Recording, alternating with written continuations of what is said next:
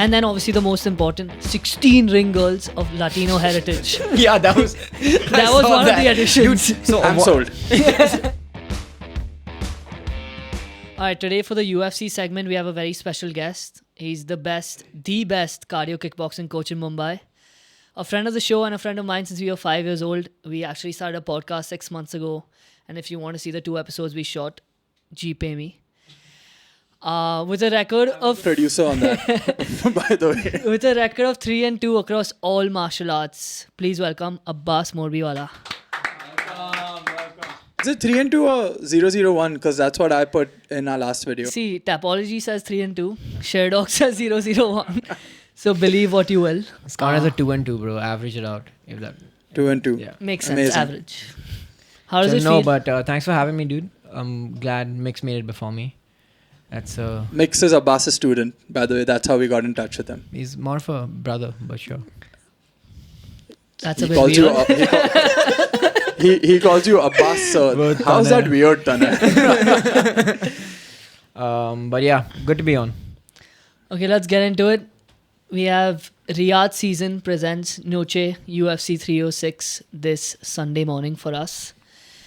Big card. Dana said this is going to be his love letter to Mexico. So Abbas, having done a lot of your training, your MMA training in Mexico, how does it feel? Okay, so for context, I was in Mexico for around 10 months from 2016 to 2017 on student exchange. And I did find like a really good MMA gym that I trained out there a lot, changed my life, the Mexican culture. Spent basically 10 months there, had a massive impact on my life. I don't think this event at the Sphere has anything to fucking do with Mexico. It's sponsored by Riyadh, which is the weirdest fucking shit ever. Also, I don't know if you know the actual backstory about why they're doing it at the Sphere. Do you know what Yes, is it because Dana just enjoyed that concert so much and he was like, I'm going to put on a UFC show So, there? okay, dude, so anytime you see something UFC and like Dana doing some crazy ass shit, you're like, okay, like there's always a motive, and the motive is normal. Like I love Dana, bro. It's not Dana slander. It's just what it is. It's normally like fueled by Dana's ego, and like he either like really hates someone or he really likes someone, and he wants to either make them a star or fucking destroy them. So what happened was last year at T-Mobile in Vegas when Shevchenko fought Grasso. And who else was on that card? Was that the headline? I think that was the 293. headliner. Yeah. And on that card, it was a success, a crazy night, Mexican Independence Day. They shot it through the roof. So yeah, that was the Noche event number 1. That was not 293. That was Noche number 1. My bad. But basically also a card, it was a pay-per-view and a numbered card as well. Yeah. So both are correct. Okay, cool.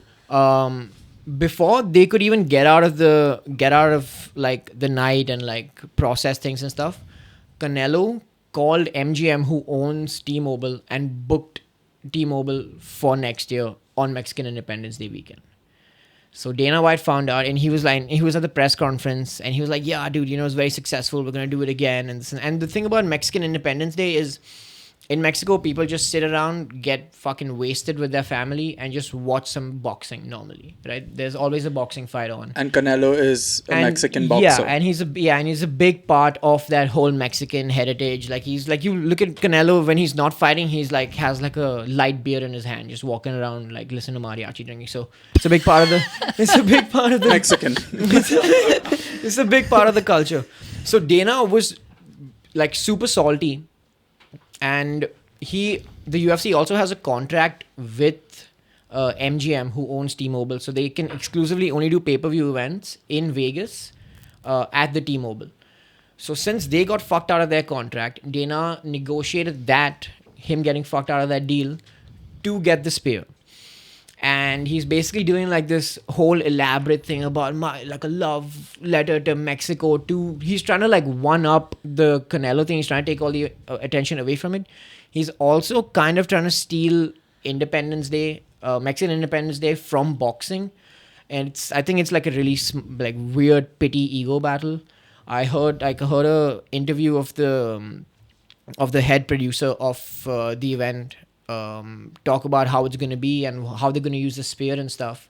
And they're basically just going to have like short clips playing between every fight of the main event that's going to showcase Mexican heritage or what. Like, it's not the fucking place for, like, they're making like a museum history. I don't know. I feel like it's very weird. So it there's- doesn't belong at a UFC. Yeah, man. all these Dana and the UFC are adding all these features like the setup.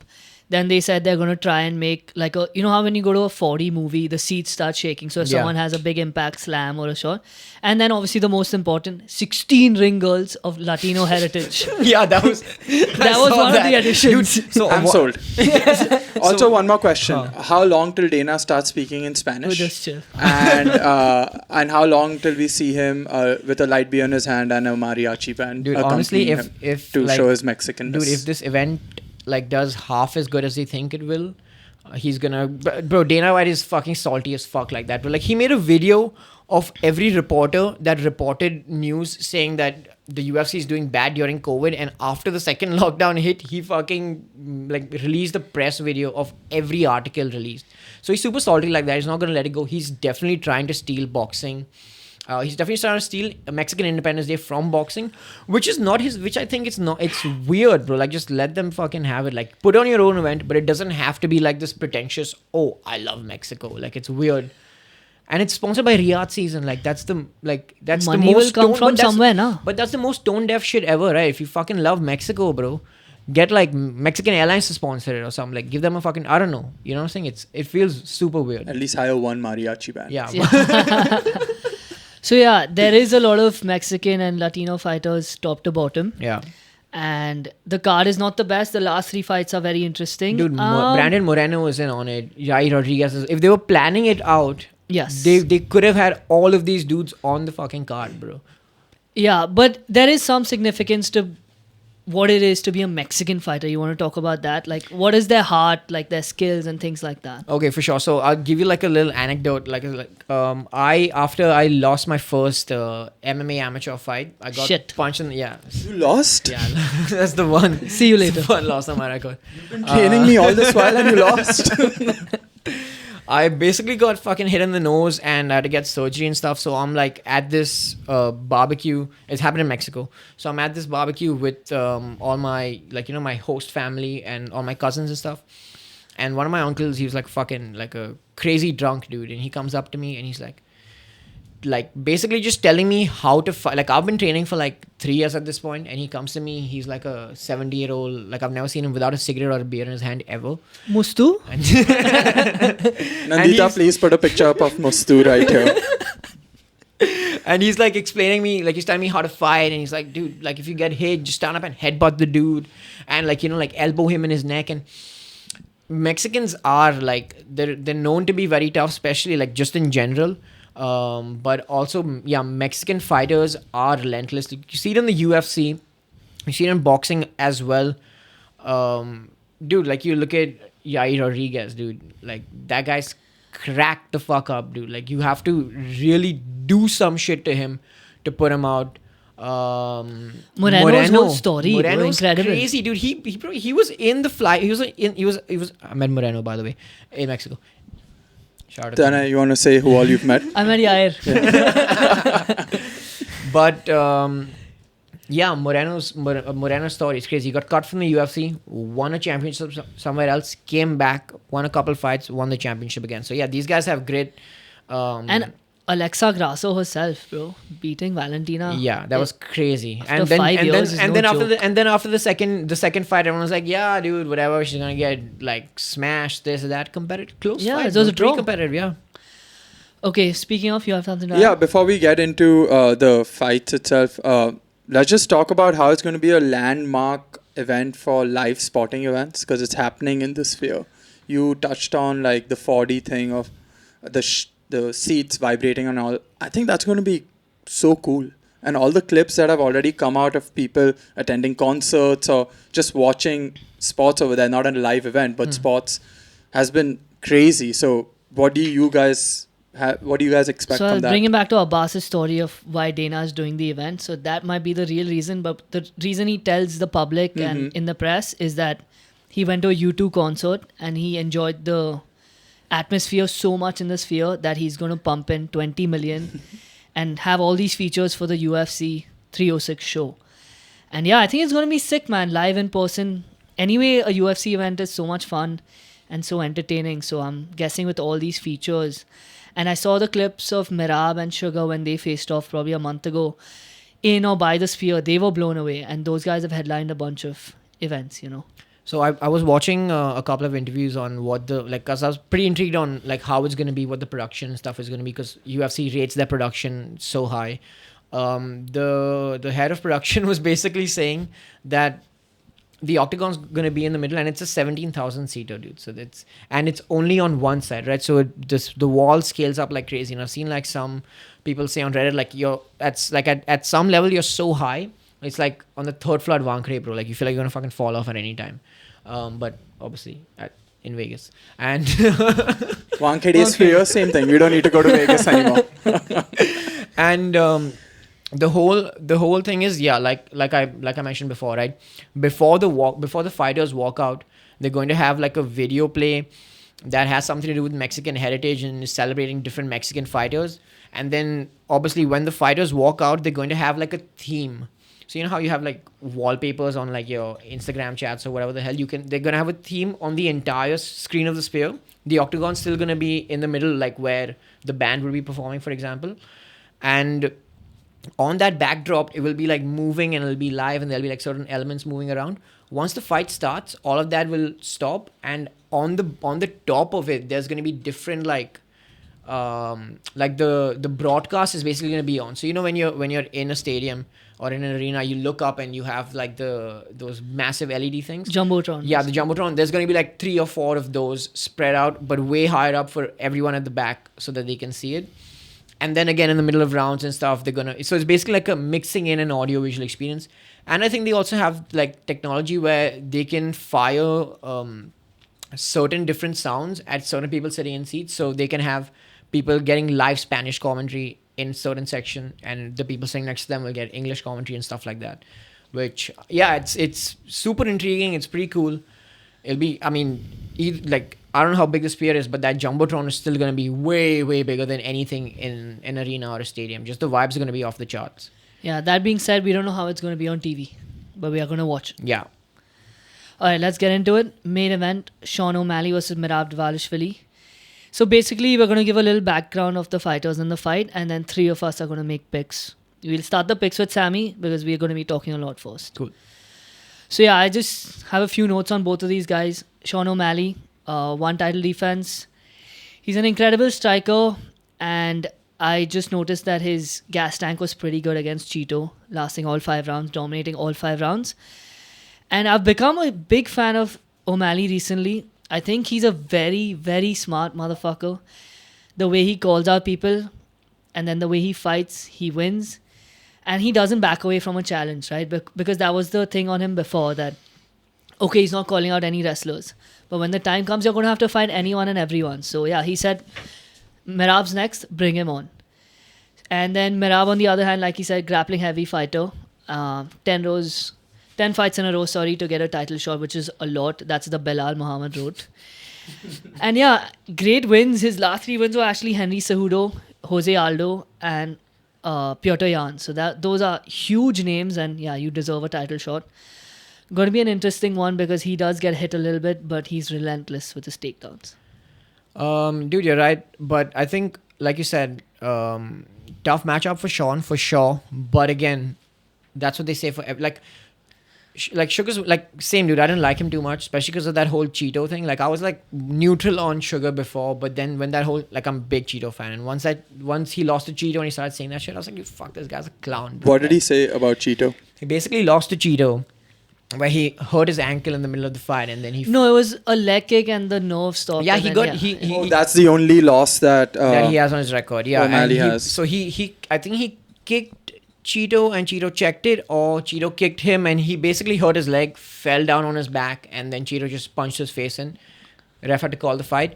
He kept saying, I didn't lose to Cheeto, and that, like, just like a very like weird persona.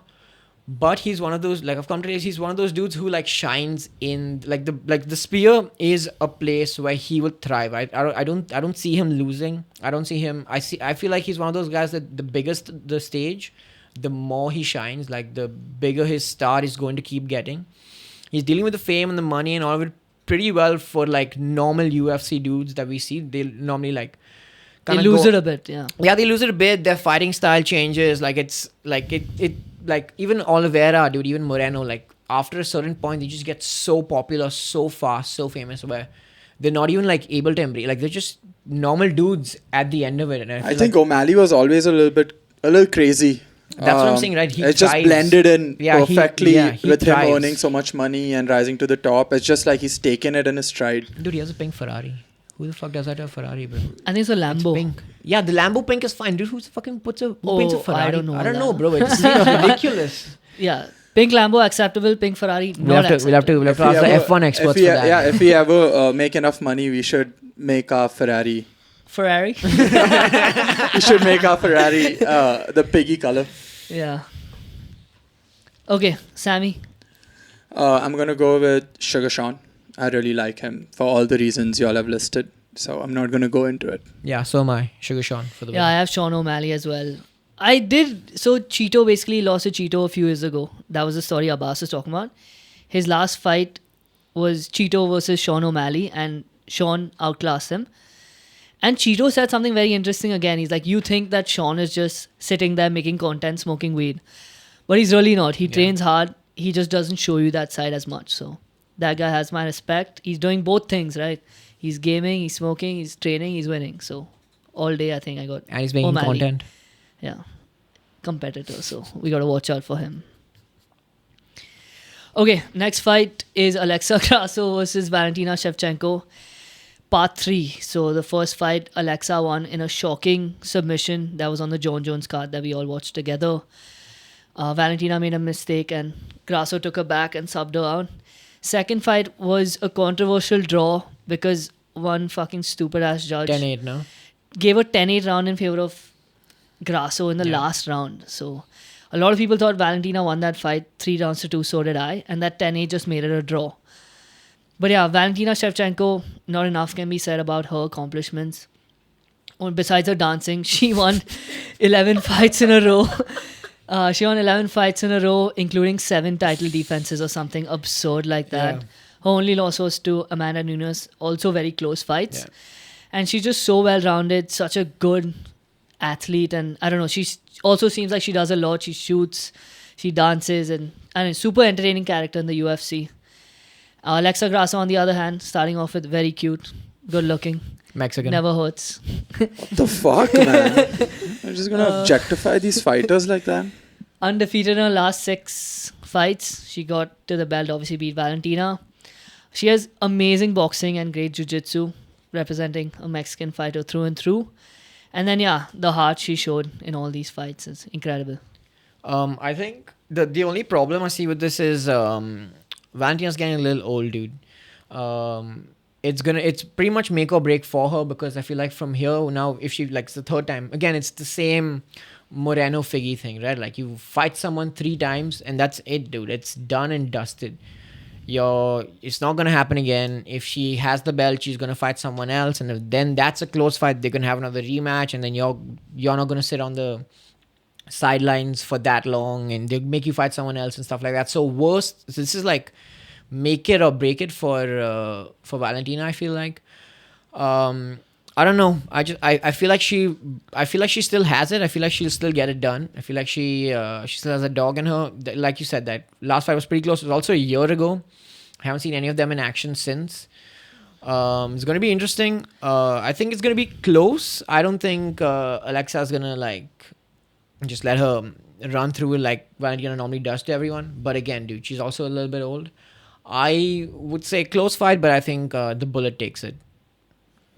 Who's the bullet? Valentina Shevchenko. I'm going to go for the Latina. Okay. Just because of Who's the Latina? Who's the Latina? Is she cute? Brandon Moreno. I'm going to go for Grasso. Just because, like you said, Dana has been sucking off all the Mexicans. So I think just purely on those metrics, it's going to be favored in her favor, in Grasso's favor. Yeah, I have Alexa Grasso as well. I think the champ's going to defend her belt. And as much as I love Valentina, I think her time's Time's has up, come. right? Yeah. How old is she? She's like 36, maybe 38. Damn. No, not 38 for sure. We can 36. just quickly look it up. Google. No Pretty sure issues. it's 36. Our producers. do some work our now, producers. What are y'all doing? First, you're googling stadium capacity. Oh. Nothing, She we is got it. 36 years old. Okay, moving on to the third fight in the main card. Brian Ortega versus Diego Lopes. They were supposed to fight in the previous pay-per-view or something, and then I Ortega think 2 pulled pay-per-views out. ago, yeah. We spoke about that. Yeah, Ortega pulled out. Mhm. Danny Ige steps in the night of the fight. Legend. And that was just insane. Yeah. But yeah, Ortega, this is a huge jump for Diego Lopes, who's ranked 13. He's going to fight Ortega at number 3. Diego Lopes, clearly one of Dana White's favorite fighters. And why not? We love him as well. Once again, amazing boxing, great jiu-jitsu, super entertaining. He's won 4 fights in the UFC, 3 first-round finishes. He's lost 1, but that one was a short-notice fight against Movsar Evloev, who is a very high-level featherweight, mainstay in the UFC top 5. And T-City Brian Ortega, on the other hand, one of the best jiu-jitsu in the MMA world. Like his name suggests, Triangle City. He hits them from anywhere. Y'all should start calling me that when we do jiu-jitsu. T-City? T-City. Okay. Get some triangles, we call you that. I get halfway there. It's always a choking part which I struggle with. Maybe Tani can help you out. Okay, and Brian Ortega for Yair Rodriguez last. I thought he was going to lose that one. He didn't start off too great, but Yeah. then he caught him in a submission and he finished that fight. I think Ortega, when you least expected, he does turn up. So let's see. This is going to be an interesting one because Ortega has been in that top 5 for a long time for the belt twice. Lopes is just now getting his shot to crack that. And whoever wins has to get the title shot. Yeah, for sure. It's, again, one of the high stakes. After Max and Ilya. Yeah, high stakes matchup. I don't see how T-City is still in the running for another title shot. I feel like he's being fed to the dogs right now. The dog being Diego Lopes, and I don't know. I feel like it's a big hit or miss with Brian Ortega. I don't think he's gonna come through. I think he's gonna get steamrolled by a much younger, much hungrier prospect because T-City's been kind of gatekeeping for so long. He's fought a bunch of murderers. And it's been a toss-up. He's looked really good in a couple rounds. And like one round you think he's done. And the next round he just pulls up out of nowhere. Fights like an absolute Mexican dog. And comes through. But I don't think he has it. I don't think he has the skill set to beat Lopes. So how many fights away do you think Lopes is from a shot at the title? This fight. Dude, I feel like This fight? it depends on how it goes realistically. I feel like if Lopes wins, they're going to see how Max Ilya plays out. Because Max and Ilya, dude, those two names are so big, they can even, like, depending on how that fight goes, probably give them a rematch. Volk, I don't know what Volk wants to do.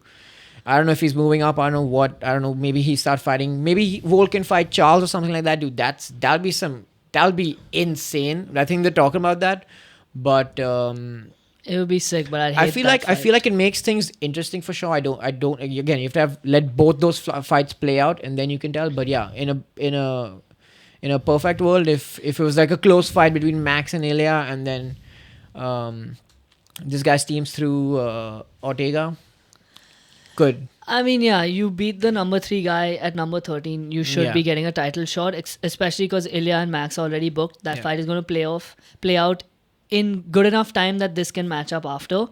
Volkanovski just lost 2 bad knockouts, so I hope he sits it out for a bit. I hope he moves up and fights Oliveira. Yeah, and just has fun Fuck fights. it, bro, Fight do it. Poirier, Fuck Charles. it, I don't yeah. love the Charles idea because Not I like Poirier, both bro, the but let's guys. do Charles. Yeah. On the other hand, if Ortega wins, how he's not going to get another title shot with the next fight? If Ilya wins, he's more likely to get a title shot because he's not fought him. He's fought Max and Max dominated him, Yeah. which was also a few years ago. Yeah, so. it was a while back.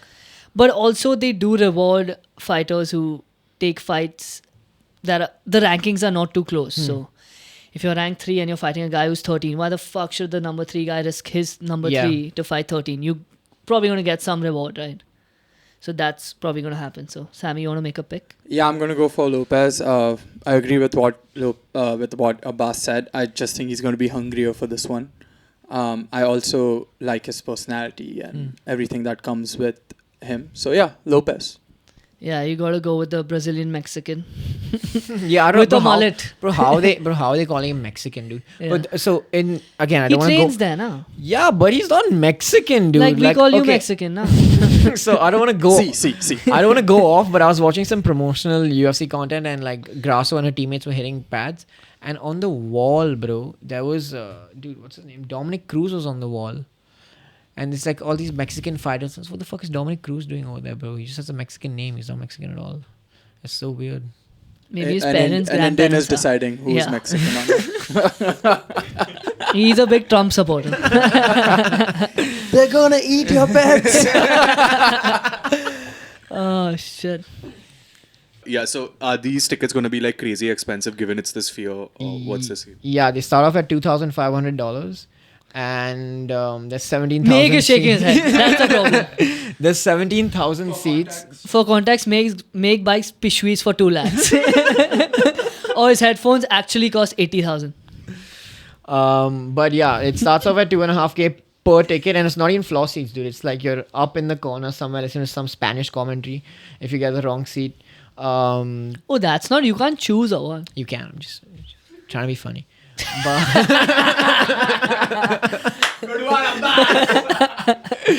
But what's happening is they haven't sold too many tickets. So they've reduced the price drastically, and there's actual like MMA nerds who've been tracking the tickets, and they've like Shout out Div. tracked. Yeah, they've tracked that a ticket was like $8,000, and then like last month it became like 3,000, and now it's around like 1,200. So the it's not selling too well, obviously. So they are dropping the rates because they want the thing to be packed. But yeah, it is, bro. Can you imagine what is how much $2,500, bro? 2 It's lakh. like close to 2 lakh. 2 lakh. Imagine Almost spending 2 exactly. lakh on yeah. one ticket, bro. That's insane. That's absurd. That's crazy. Also, yeah, Let's just go to PFL Riyadh. one more question that I had is you all were talking about like other sports that can be played at this sphere, but what realistically do you think else can be done other than boxing and UFC? I actually think Darts, table tennis. Pickleball. Pickle, maybe? dude, I don't think the Sphere is a good place to host an event. I think it's a great place to watch a sport. So if you just take like one 360-degree camera, like, and you put it on one of the one of the posts of, dude, they fucking Meg is impressed. if you put it on one of the posts like of the octagon, and you can see the entire fight happening like it's happening in front of you. Now you take that image and you blow it up on the entire fucking Sphere. It feels like you're the cameraman of the UFC standing like on the brink of the octagon. I feel like that is a much better viewing experience than having an octagon in the center and then just a screen on top. Abbas is #1 hater. He's giving you a love letter and you're hating. Bro. He's not giving me shit, bro. Any more questions, guys? Now pass the mic back. And do your research. Okay, that was it on UFC 306 Noche, presented by Riyadh Season. Sphere, we are excited to watch from home. Let's No, it's see what definitely they gonna be say. fun, dude. Yeah. Y'all keep saying spear, man. It's Sphere. Sphere. Ferrari. Ferrari. Okay, last thing we have to talk about today. One of the all-time MMA legends, one of the GOATs, Demetrious Johnson, just retired from one championship and his MMA career has come to an end. Abbas, we are small guys. Yeah. Let's talk about a fellow small guy. Like, he was actually the first fighter that I kind of saw, and I started properly following, and I got into the UFC because of him. I did watch the John Jones fight, and I was like, okay, I'd only watch fights if it was John Jones. But then I stumbled upon this promotional video of DJ fighting Henry Cejudo. Abbas is such a purist. Fuck Conor. Dude, I'm this is- starting watching but my this MMA shit but with this is way DJ. Before, yeah, this is way before, but it's like 2015 when he Yeah. fought Dotson, and there was like these two like tiny ass dudes in a promo video. I was like, what the fuck is going on? And they're like super fast, super technical. I was obviously very intrigued to see just someone, because anytime, still till day, bro, like I tell people like, yeah, you know, like I train mixed martial arts. They just look at me like this. Because they expect everyone to train who trains mixed martial arts to be I like did that. Brock Lesnar or I did someone that. like that, right? So it's very intriguing to see them. And from there, like his Henry Cejudo fight where he ended it with like in the first round with a couple of knees to the body, crumpled him, went on his fucking suplex the shit and armbar the fuck out of Ray Borg, that poor That bastard. Bro. video is Holy fucking amazing. fuck, If you guys dude. haven't checked it out, just type Demetrious Johnson versus Ray Borg submission. Dude, that's some of the craziest shit. The that's flying armbar, right? Yes, Yeah. bro. The flying armbar, but he was not flying, bro. He made the other guy fly and he just fucking gave him the armbar. So He said it now. He made the other guy fly and gave him the armbar. So basically what Demetrious Johnson did is he got him in a suplex, picked him up, and before Ray Borg could land on his back in the suplex, DJ threw his legs around his arm and had him in a fully locked armbar by the time his back hit the floor, which is honestly insane. And then after the fight, they asked him, they're like, dude, what the fuck was that? He's like, yeah, I drill that a lot. Who the fuck drills that, bro? That's insane. You have to watch it like multiple times Yeah, to to be like, what actually happened? see what's happening. I understood in the first show. Because there are like 3-4 moves happening together. So I remember I was on a trip with Abbas once, and this was before I was really properly into the UFC. Like I knew the corners, the Khabibs, but I asked him. I asked him who his favorite UFC fighter is, and he said Mighty Mouse, and I was like, "Who the fuck is that guy?" And then honestly, he showed me a video of this Ray Borg submission, and after that, I couldn't stop watching his clips. There's also like a nice. Dude, I remember you texting me, Yeah. randomly, bro, what the fuck you do to Henry Cejudo? We just fucked. I remember you There- watching like old highlights of DJ Yeah, and texting and me. it's the whole thing with the flyweight division going on at that time with the pseudo fights. I mean, it's an interesting story. You can go on YouTube. There's a fun docu-series that someone's created of the whole thing. So yeah, really interested. Legend of the game. I think one of the best fighters of all time, if not the best. Yes, it's just that dude. lighter weights are always not given as much credit as Yeah, the and also one of heavyweights the earliest people to actually mix up the martial arts, right? Like including GSP. He like DJ would wrestle you, he would out scramble you, he would out grapple you, dude. He'd out he'd submit you, he'd do Striking. every- yeah, He- he'd knock any you out, he'd Muay do Thai, what- kickboxing, everything, bro. He hit you with dude, everything. Everything. I was saying the Reebok thing, I'll just come back again. They were complimenting him so much for putting the pressure on, and it was round 5. Yeah. They were already sucking him off in the commentary booth, and then he goes and does that. That yeah. call is Yeah. sick. The whole thing was Yeah. incredible. Yeah, like Zeus was saying, the lighter weights, especially before, weren't getting that much No credit. respect. They were trying to take out the flyweight division, so DJ never got that respect from the UFC that he deserved, or the money, unfortunately, Yeah. which is why he moved to Singapore and fought for one championship in his last 3 or 4 fights, where he also dominated at a much later age, which he is probably what? He's 38 now. So the past Crazy. 2-3 years he's been at one. He's lost one fight, But and he he beat the dude avenged that twice, loss in amazing fashion. He punched him and kneed him. Finished. Some of the most interesting format. Yeah. So then another fight that he did with one championship was the fight against Rotang, and Rotang is a Muay Thai specialist. He's very Rotang's scary. like the Muay Thai He's the goat, guy, bro. yeah. He's the fucking dude. So basically, one championship set up this fight with Rotang and DJ where they would fight the first round Muay Thai, second round MMA, third round Muay Thai, fourth round MMA, and fifth round Muay Thai. Guess what happened?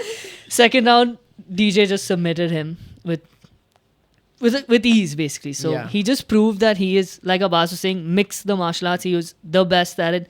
11 title defenses, tied with Crazy. John Jones. Dude, In the put- UFC, does not get the credit. He's definitely on the Mount Rushmore of MMA Dude, fighters. put that photo up of DJ All with the belts. all the fucking Yeah. belts, dude. All the belts. If the photo's up right now, all the belts that you can see is every title fight that he's fucking won. It's absurd. Like it's actually insane, dude. That number is crazy.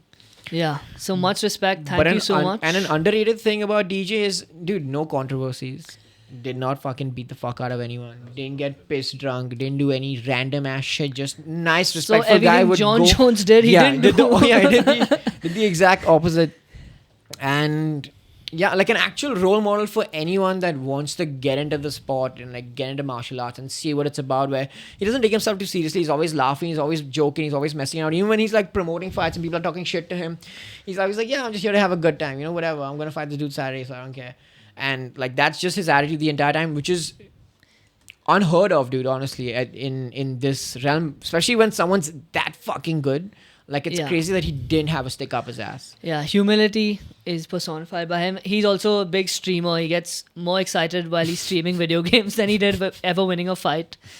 He's also doing a podcast now or something. So check all his stuff out. Good luck with your retirement, DJ. Thank you so much. Yeah. Any learnings from him? Don't take yourself so seriously. Yeah. Don't have a stick up your ass like the Arsenal Mumbai supporters do. Fuck them. Truly fuck them. Hopefully they watch this. Yeah. And We'll yeah. send it to them. We'll send it Yeah. to them. Yeah. These are just the teachings from Mighty Mouse. Nothing personal here. All right, Abbas. Epic. Anything you want to plug, Abbas? No, not yet. All good. You want us to put your phone number or Yeah. something for clients? Sure. Abbas, I've been doing jiu-jitsu with Abbas for the past year. It's been a lot of fun. So if you guys want to do MMA or jiu-jitsu or any kind of workout shit, hit Abbas up. Calisthenics, cardio, kickboxing. Yeah, We'll put come his Instagram somewhere on the screen. So yeah. Awesome. Appreciate it, dude. Thanks for having me Thank on. you Thank so you much for being here. Abbas. Can't Alright. wait for the card. Yeah, can't Long wait. Premier episode. League's back also. 1:20 a.m. Let's fucking wrap up. Yeah. Subscribe, unsubscribe. See you guys next week.